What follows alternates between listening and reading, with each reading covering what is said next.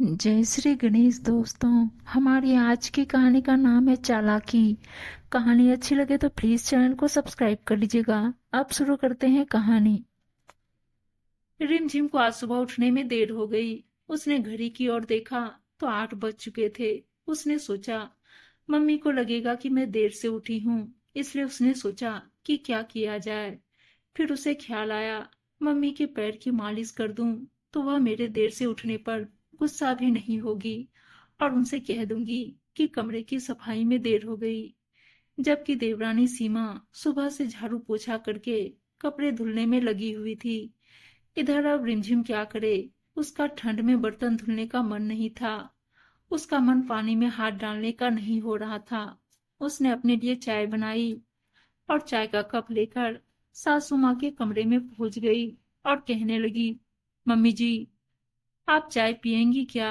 फिर सावित्री जी ने कहा, नहीं बहू, मैंने पी ली, रिमझिम ने बनाई थी। फिर वह तेल उठाकर पूछती है, मम्मी आपके पैर में सरसों का तेल मल दूं? आपके पैर ठंड में अकड़ जाते हैं। तभी सासू माँ ने भी खुश होकर कहा, हाँ हाँ बहू, नेकी और पूछ पूछ क्यों नहीं, लगा दे तेल। इस तरह रिमझिम अब खुश हो जाती है कि उसे ठंडे पानी में हाथ नहीं डालने पड़ेंगे।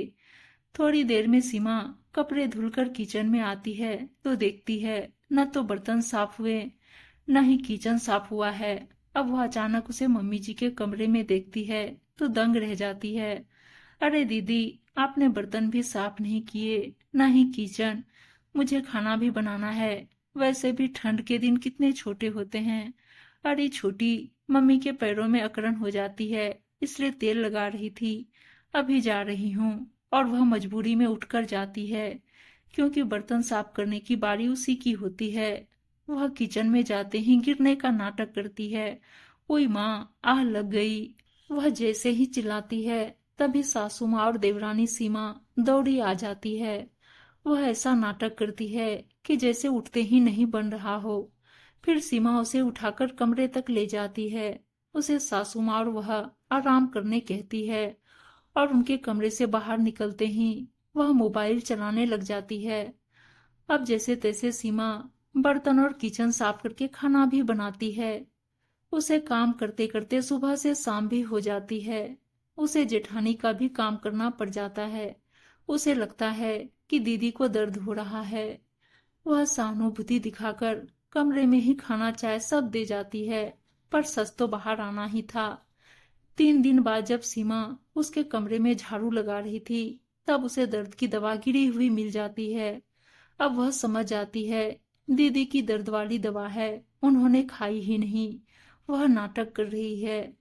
अगले पूरे दिन उस पर सीमा नजर रखती है। उसे अपनी जेठानी रिमझिम के ऊपर बहुत गुस्सा भी आता है कि कैसे नाटक करके बिस्तर पर चाय खाना कर रही है और मैं इधर दिन रात एक करके काम में लगी हुई हूँ।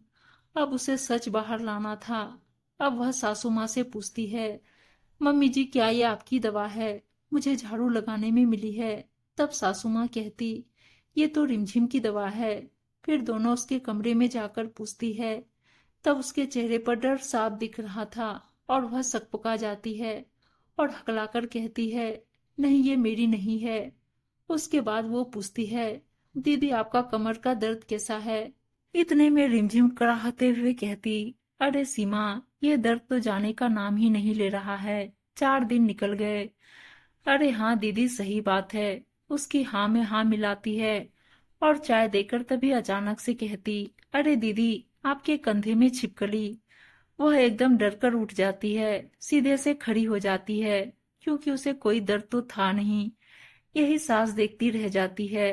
तब वह झिप जाती है। उसके बाद सीमा बोलती, क्यों दीदी, आप 4 दिन से नाटक कर रही थी। आपको नाटक करते हुए बिल्कुल भी शर्म नहीं आई?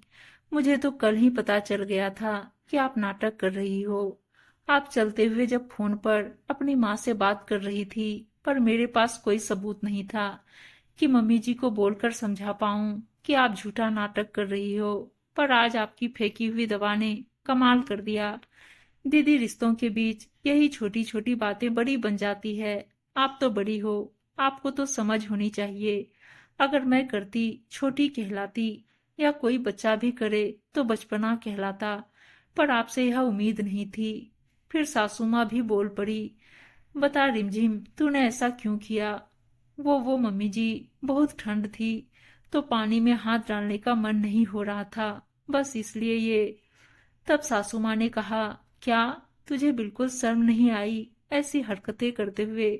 तेरी देवरानी को ठंड नहीं लगती, वो क्या मशीन है? तू बड़ी कोमल है और नाजुक फूल की बनी है, और तेरी देवरानी लोहे की। ये ना समझ कि वह इंसान नहीं है, उसे भी ठंड लगती है।